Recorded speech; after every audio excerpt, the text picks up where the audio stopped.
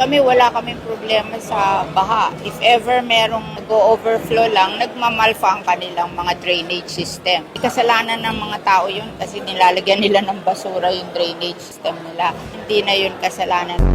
Base po sa karanasan ko bilang Secretary ng Public Works, napaka-importante po ang master planning sa flood control. Kasi pwede mong ayusin isang section at bibilis yung daloy ng tubig, pero pagdating sa ibang section na walang flood control, maiipon yung tubig, mas lalala yung baha sa ibang areas. So, napaka-importante po na magkaroon tayo at suportahan natin ang mga master plan flood control projects. And there are master planned. A few moments later. Nakaligo ka na ba sa dagat ng basura? Nagpasko ka na ba sa gitna ng kalsada? Yan ang tanong namin, tuloy ka bang isa sa amin? Nalaman mo na ba mapapag-aral ka niya?